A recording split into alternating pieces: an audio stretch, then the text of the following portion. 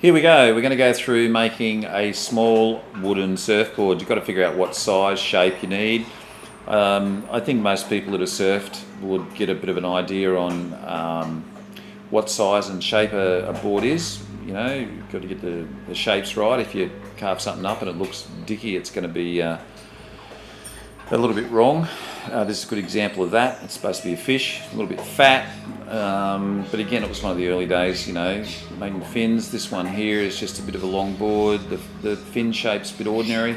You notice there's a bit of a fault in the timber.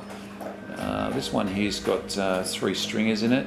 Then you've got to figure out what, not only the shape, but what's it going to look like at the end there. You know, I've got a really thin stringer and I've got 2 on the side there. It's made out of Meranti, and the stringers are made out of pine.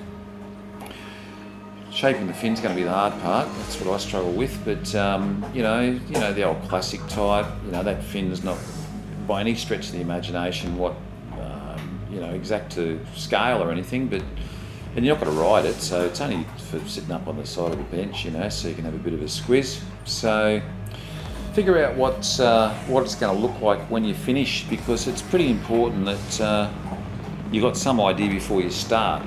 Some of the tools you're going to need. That's just a standard 4-inch striker with a flapper on it. Didn't use it on this particular build, but jigsaw. You've got a little Marquita, which is just a electric planer. Bandsaw. My blade broke on that a little while ago. I can't buy a blade for it. It's a pain in the ass, but that's just a straight belt sander that's been turned up upside down on the desk or on the bench. And that's a linisher. Stupid name, but that's what it is. It's obviously designed for sanding. Select your timber for both your board and your stringers. I've just got normal pine that I've bought down at the hardware shop. There's a stringer. That stringer is made out of hardwood flooring. Have a think about what it's going to look like when you finish. You know, there's triple stringers there, there's quads, there's all sorts of things. And if you're not sure what to do, have a look at old boards or just type into Google. Go to any surf break. I live near Crescent Head, so you've only got to go over there and have a walk along the beach there, and you can see any number of old classic boards. One of the important things before you do any glue ups is make sure that you get all of your edges clean. If you have gaps when you glue up, you're going to struggle, because as soon as you start sanding, especially your fine sanding, you're going to see all the different holes and stuff. So just make sure it's nice and flat. Get all the burrs off it, make sure it's nice and clean, ready to go. Pretty handy tool, that Linish. You notice there's a disc on the front there as well. But just make sure it's clean. Watch out for your knuckles. I've lost probably plenty of skin doing that over the last whatever. Again, just select your timber, make sure your edges are right. That's, you can use a thin stringer. I've elected to use one that's a little bit thicker. Again, don't get too concerned if your stringer's got a few burrs here and there, but just make sure it's not in between where you're gluing up, because obviously that's going to cause separation and you're going to have to start filling it. So we're just going to use this here. That's dressed pine, so the edges of that was quite clean. So all I'm going to do now is just do a bit of a glue up. So just standard PVA glue, it's just wood glue. I've used poly glue. There's a whole range of different glues you can use. I found this stuff works quite well. Don't be stingy with it. Make sure you put plenty of it on. A lot of videos I've seen, when making boards and stuff, when they start laminating timber together, or even cutting boards, they only laminate one side. Well, I don't know about that. It probably works quite well for them, but I just like plenty of glue. It's cheap as chips, and just use plenty. When you clamp this up together, you're going to find there's a fair bit of squeeze out, like the glue's going to come out. Don't get too concerned about that, because you can either wipe it off while it's still wet, or you can just chisel it off afterwards. I tend to wipe it off a fair bit. So just make sure you get good coverage all the way through, especially on the ends, because when you start doing your nose or tail on your board, you don't want splitting or separation or gaps. So just make sure it's pretty well covered. You clamp it up. It's not rocket science on this one. You just got to hold it together. So what I'm going to do is just wipe off any excess glue that's on top of it before I start putting the clamps on. It just helps it, at the end. But if you don't do it, if you don't wipe it off pre that, don't get too concerned of it. These clamps, pretty easy. Just use as many as you can. Now, you know, so I've put a few across the top. Then I'm going to turn it upside down and put some on the bottom as well. With that, it's pretty, well, I think it's pretty important anyway, just to make sure that when you do your clamping, that you don't get any bowing in your timber. So one side's not going to pull the other side. I always tend to do it from the top, and I'll do it from the bottom as well. So what you need to do there, top and bottom, put your clamps on. If you've got 10 clamps, use 10. If you've got 4, use 4. Just make sure you're strategical. You'll see there's a bit of glue squeezing out there. After you've done that, just leave it. I think they recommend overnight, but you could probably get away with 4 or 5 hours. This is the next day. So take your clamps off. And now you've just got a basic bit of timber, a couple of stringers. I use a template here. It's from a board I've used before. I don't sell these boards or anything like that. I just give them away. So I've just made little basic templates out of cardboard so that I can just sort of do the shapes without thinking about it too much. When you do your cutouts on this, just don't get over sort of concerned about you're going to be cutting too close to it. I'll give you an example. I cut probably a little bit too far into one of these. Just with a jigsaw, that's just an old vise I bought at a garage sale. It cost me $2. So I just mounted that vertically on the bench, and that way it just holds it nice and tight where you get in there. Now I'd probably cut this out with a bandsaw, but the blade on the bandsaw broke, and the suppliers, COVID-19, you know, there's no supply of anything in the universe anymore. So I'm just still waiting for a blade. So just use your jigsaw. Again, don't be too prissy about if you're close to the edge or not, because you're going to be doing a lot of sanding, a lot of fine sanding. You notice it is pretty big, it's not close at all. On this side here, you'll notice that when I do one of the cuts, I do take a bit too much out of it, but again, it's not something you can't rescue. You just got to keep shaping and maintain the right shape of the board. Wow, that was a bit there. It just goes in a little bit too far on the edge. And now that's, you might have noticed there on that when I'm cutting that, it's important that you have in your glue up a really, really good glue up. Now what I'm doing here is just got it on the bench. Now if I had some sort of a wooden vise or something, that'd be good. All I'm doing now is shaping this at the base of the board or the bottom of the board. All I want to do is just shape that and just give it a little bit of an angle. So from the middle of the board off, so it goes up to the edges. It's going to give you a lot of help later on when you do your fine sanding. So take off as much as you can without going overboard.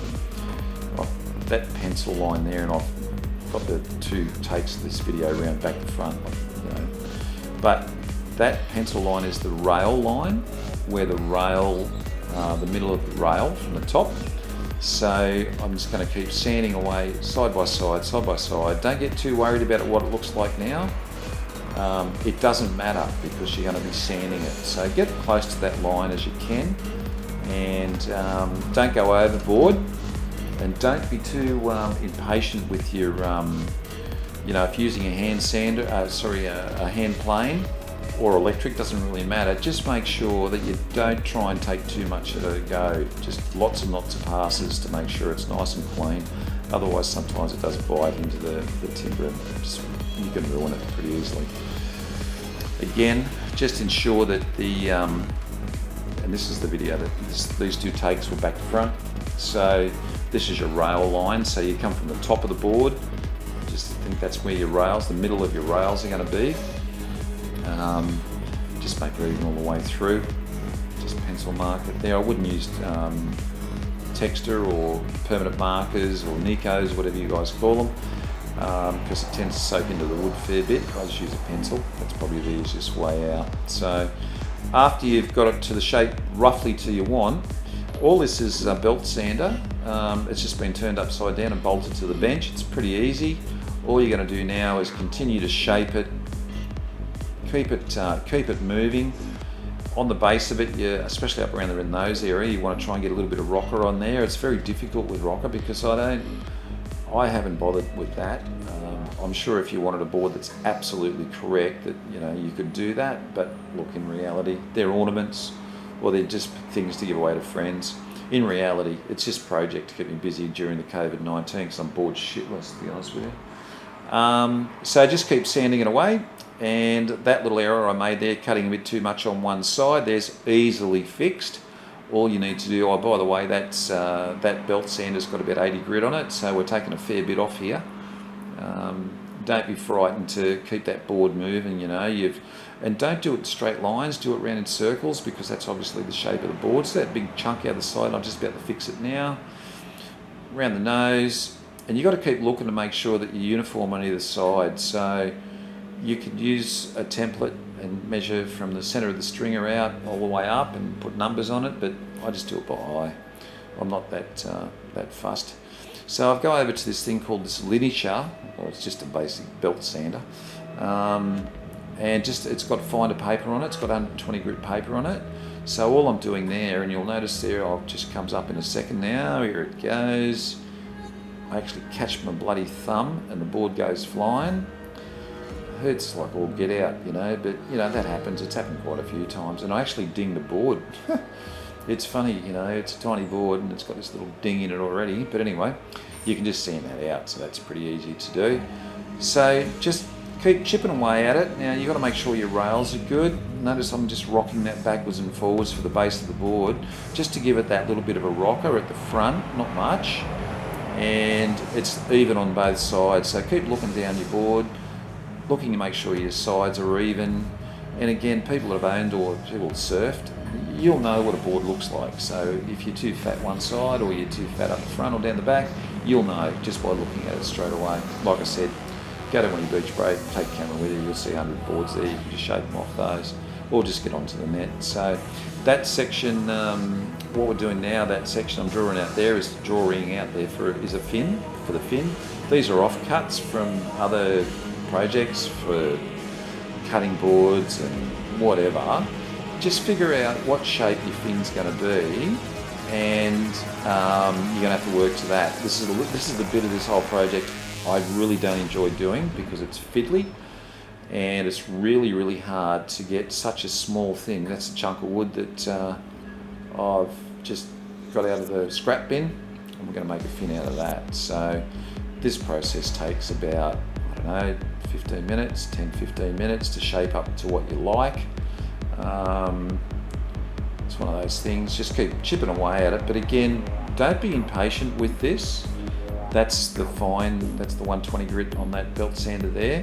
Just be very, very gentle with it, because you know it's very fine. Well, the timber's soft as anything, but don't do it too hard, because you're either going to lose skin, as you can see with my thumb, or you're going to ruin the fin and you've got to start from scratch. It's part of the process. I don't really enjoy that much. You can make them out of all different types of timber, and I always try and match the timber with the board, obviously, that I've made. There's no sense having different things, different timbers. On this here, I've just placed it on the board where you think it's ready to go. So the board's done.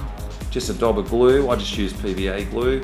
Just a dab of glue just to hold it in position. If you've got a little bit too much glue on there, don't get concerned, because you can wipe that off. And it does dry clear, as you know. So there's the board. And again, if you think about the importance of glue up, you'll notice, I don't know if you can see it or not, but there are no gaps between the stringer and the body of the board. So it's just nice, clean, very tight joints. So what I'm going to do now, after it's dried, leave it overnight for the fin to dry. So I'm going to mix up a mixture of wax. You can use board wax, any wax, beeswax, board wax, candle wax, don't care. Wax is wax to me. Mix it up with a bit of linseed oil, heat it up so it blends in together, and just paint it on. Now, like I just said there in that text there, you know, if you get all, you know, wood shavings and sawdust and all that sort of stuff in there, don't worry about it. It's wax. What you're doing is you're putting it onto the board. It's going to soak into the timber, and then we're going to just wipe it off. So all we're doing is sealing the timber. That's it. So don't worry about how bad it looks now. And what I've done there is after I've waxed it up and linseed oiled it up, I just get a small little blowtorch I've got there. You can buy them, they're cheap as chips. Just heat the board up, don't burn the board, just keep that flame moving. keep it away. Just all you're doing is melting the wax and slightly heating up the timber so it just soaks in nicely. Once you've done that, what you do need to do now is just get a rag and just give it a good old polish, and you can apply as many coats of this as you want. I used to varnish them, but I just found that I wasn't very good at that. If you want a really high gloss, go for your life, get some varnish. I'm just not very good at it, so I just found this was an easier way just to seal them. That's what it's all about, just getting some wax and linseed oil in there, just give them a coating so that they're obviously waterproof. And at the end of the day, there's your board. It's pretty easy. People love them. You know, people come visit our house and they just say, "Oh, I'm not one of them." And sure, yes, take it. So it doesn't take, you know, all of it takes probably a couple of hours to make one, but it's a bit of fun. Again, enjoy. Your friends are going to love them, so get ready. You're going to have to make quite a few of them. So have fun with the boards. Make a rack. The rack looks pretty cool as well, I reckon. So there you go.